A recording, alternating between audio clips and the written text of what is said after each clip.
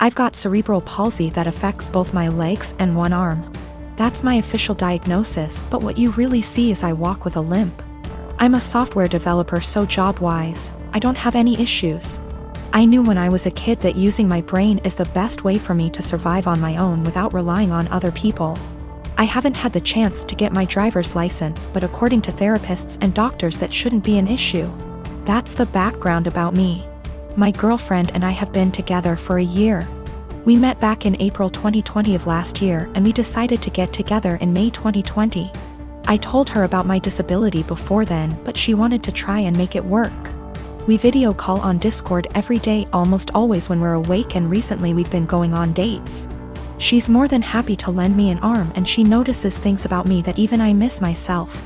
Outside of my family, she's the most loving and caring person I know, and she's my motivation to do better and improve myself. Honestly, I never thought I could find someone I trusted enough to share my more negative thoughts and problems. I always tried to seem happy so I don't worry others. The emotional support she gives me is really irreplaceable. The problem is scared that, in the future, she will have to take care of me, or most of the work will fall onto her. To make matters worse, her mom has been telling her for the past few weeks to break up with me because she can find better, and she doesn't want her to have the burden of caring for me. She's also really afraid that I will get arthritis early due to my cerebral palsy, and if that happens, a lot is going to be on her. I've tried doing things like stretches and exercises to maintain and improve my muscle tone, but she is still afraid I'll get worse. I'm an introvert, I don't know a lot of people, and honestly, I don't even know the options I've got to look at. I want to prove that I can be independent and that if things do go wrong, it won't just be on her. I'm in Ontario, Canada. Are there things I can look into and do to assist with my disability, or things I can look into so if things do go wrong, I won't be a burden on her? I'm at the end of my wits. I've never really hated my disability, but I've always kept myself going by tempering my expectations and thinking, my disability is going to make it really hard to find someone, and she's the first person to make me feel like, yeah, it doesn't matter. I want to do anything to show her that I won't hold her back in the future, but I'm out of ideas. Is there anything I can do? I don't want to worry anyone I'm with these issues, but I'm at the end of my wits.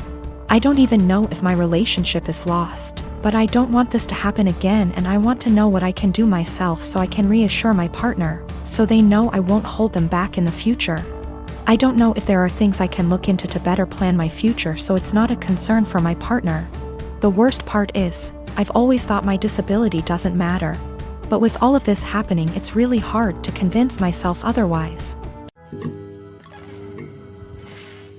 I am 19 years old and my parents are in their 50s. For as long as I can remember, I have been allergic to several things: dairy, wheat/flour/gluten, legumes. Since I was a young child, my parents have completely kept all of them out of our house. While other kids ate breakfast cereals, I ate fish and assorted pickled vegetables for breakfast. While other kids had Lunchables, I had grilled chicken or fish with, again, assorted vegetables, usually sweet potatoes. While other kids ate birthday cake at the birthday party, I had an apple. I never questioned this until a couple of months ago. I was at my aunt's house for my birthday party, and she made brownies for everyone.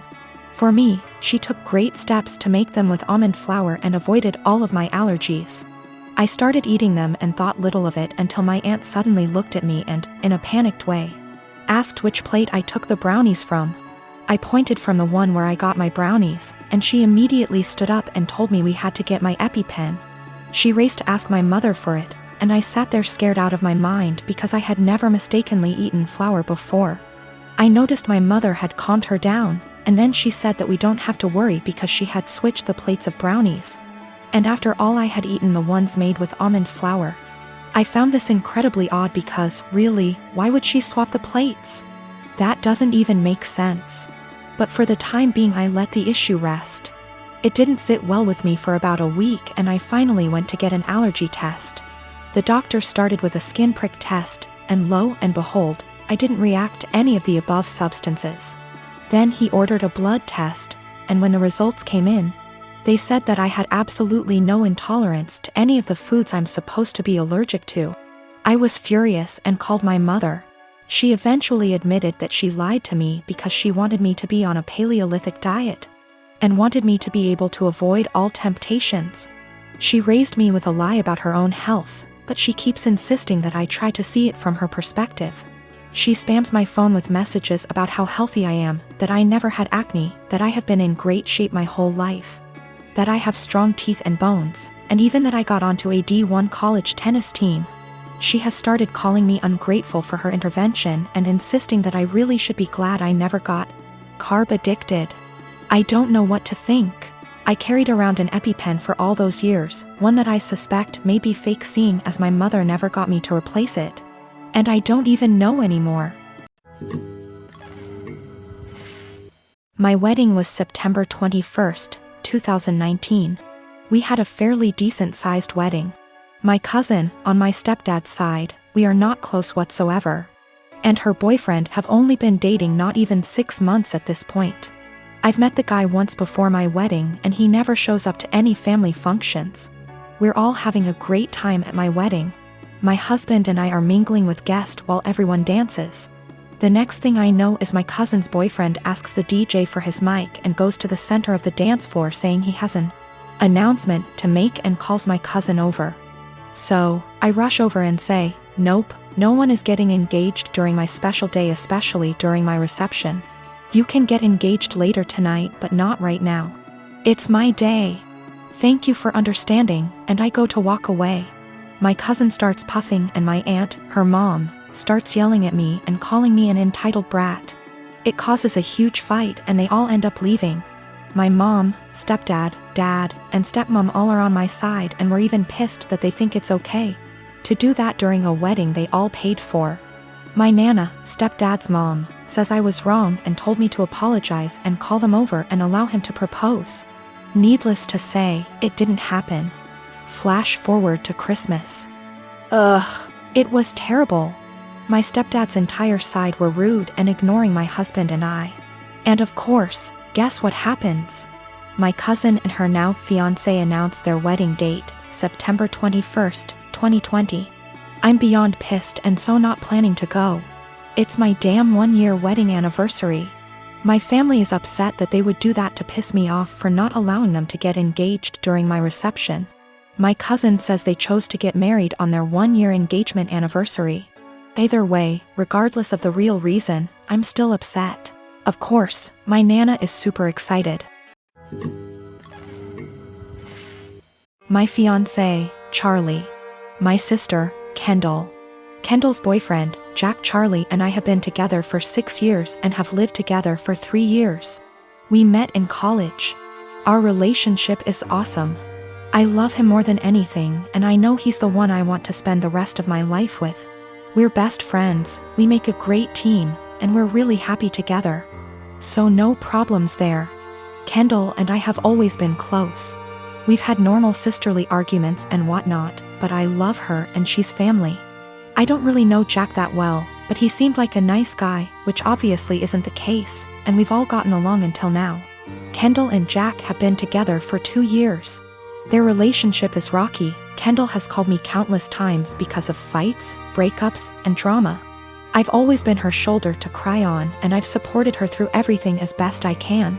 She has gotten jealous of my relationship with Charlie, saying things like she wishes she could have a perfect relationship like ours and she wishes she could have that connection with Jack. Recently, within the last 2 months, she started saying things like I should just steal Charlie from you and I wish Jack was more like Charlie. I think Charlie and I would be a great match. She started flirting with Charlie, which made him super uncomfortable, and overstepped boundaries. I was uncomfortable and upset with her behavior. We had a serious talk and she broke down. She told me she was going through a rough patch with Jack and wasn't handling it well. She apologized to me and to Charlie, and told me she knew what she did was wrong, it wouldn't happen again, etc. Charlie and I talked about it and we decided to forgive her. At the time of the incident, Jack and Kendall were still going through a rough patch. 2 weeks ago, Charlie invited close friends and family to dinner. This included Jack and Kendall. It was at the restaurant Charlie and I had our first date, down to the exact table we sat at. We had talked about marriage at great length, so I had a feeling. Lo and behold, Charlie proposed to me. It was perfect. I was so happy. I cried like a baby. Our family and friends congratulated us. Kendall seemed super excited. She gushed about how cute it was, started talking about the wedding, and hugged us both. The only person who didn't seem happy for us was Jack. He told Kendall that he wanted to go home and they left early. Fast forward a few days. Kendall texted me and she was pissed. She called me a traitor and a disgusting. I asked her why she was upset. She claimed I was trying to ruin her relationship and then stopped replying to my texts. I texted Jack and asked him WTF was going on. He told me that he was planning to propose to Kendall at dinner. At first, I felt bad because maybe he had planned something beforehand and maybe it was just a huge misunderstanding. But apparently, Jack wasn't even planning to propose to Kendall until we got to the restaurant. He saw how nice the restaurant was, our friends and family were there, and decided, hey, this is perfect. He thought it would help them out of their rough patch, which is a horrible idea because marriage doesn't magically fix relationships. But then Charlie proposed and stole his thunder. He didn't even have a ring. Charlie had been planning that proposal for months. He's had the ring for 6 months, made the reservations 2 months beforehand, invited all of our family and friends. Even the staff of the restaurant was in on the proposal. He put a lot of thought into it, and I don't think Jack's heat of the moment decision to propose is more important than Charlie's carefully planned proposal. I'm actually upset that Jack would make something this special and important into something dramatic and all about him. I didn't apologize. Charlie and I talked about it. He agrees and doesn't think we should apologize. Since then, Kendall and Jack haven't talked to us. Which is fine by itself, but that's not the end of it. Both of them have been shaming us on social media, twisting the story to make themselves look like victims, and have even coined us the proposal thieves. Mutual friends, and even some family, are disgusted with us. They believe Jack and Kendall's story, even after I've tried to explain what really happened. As funny as it is to be called the proposal thieves, it's not so funny to have friends and family turned against you. I'm really upset that my own sister would do this. Charlie has been super supportive and sweet through this mess. We both agree that we shouldn't apologize and have been standing our ground. Honestly, after everything Kendall has done, I'm pretty much fed up with her. She's my sister and I love her, but after she tried to seduce my boyfriend and now this, I don't really have a desire to talk to her anymore. Which sucks, because we've always been close. I think Jack has turned her into this horrible, self-absorbed person, and it's just... I'm not talking to Kendall right now and have no plans to talk to her until we receive a sincere apology. Even then, I think I might limit contact if she stays with Jack. I can't wait to see what a mess actually planning the wedding will be. The people who believe Jack and Kendall's story are the ones who were not at the proposal dinner.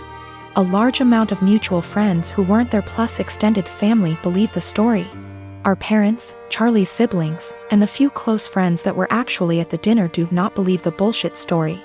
We just haven't made a post addressing everything / telling our side of the story because we wanted advice on how to approach it.